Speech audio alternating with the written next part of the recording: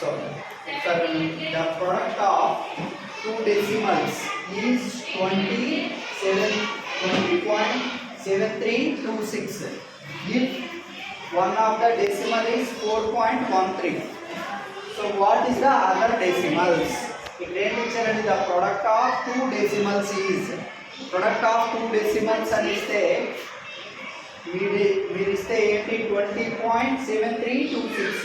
If one of the decimal is 4.13, that means a into b.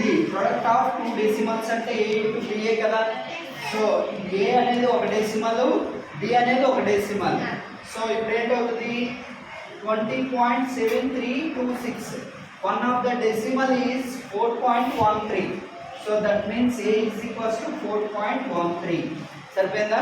So in place of a we can substitute 4.13 into b is equals to 20.7326. అదే కదండి. So ఇప్పుడు మనకి ఏం కావాలి? b కావాలి. b కావాలంటే ఏమవుతుందండి? ఇక్కడ 4.13 అనేది మల్టిప్లికేషనే కదా, అటువైపు వెళ్తే డివిజన్. సో డివిజన్ అంటే b is equals to 20.7326 by ఏంటండి 4.13. ఇదే కదా, అది చెయ్యాలి ఇప్పుడు మనం. సో చేయాలి కదండి. సో చేయాలనేటప్పుడు సో ఈ సింప్లిఫికేషన్ చేద్దాం. ఇక్కడ చూడమ్మా, పాయింట్ ఉంది కదా, పాయింట్ ఉందా లేదా? పాయింట్ 4 డిజిట్స్, పాయింట్ తర్వాత 4 డిజిట్స్ ఉన్నాయండి. పాయింట్ తర్వాత 4 డిజిట్స్ ఉంటే ఏంటవుతుందండి? 4 డిజిట్స్ తర్వాత పాయింట్ ఉంది, ఇక్కడ 2 డిజిట్స్ తర్వాత పాయింట్ ఉంది. అంటే 4 - 2 చేస్తే ఏమొస్తుందండి? 2. అంటే వచ్చిన ఆన్సర్లో 2 డిజిట్స్ తర్వాత పాయింట్ పెట్టాలండి. వచ్చిన ఆన్సర్లో ఎక్కడ పెట్టాలి? 2 డిజిట్స్ తర్వాత పాయింట్లో పెట్టాలి. అర్థమవుతుంది కదండి.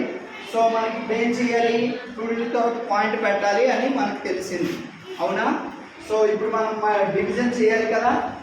So division 400.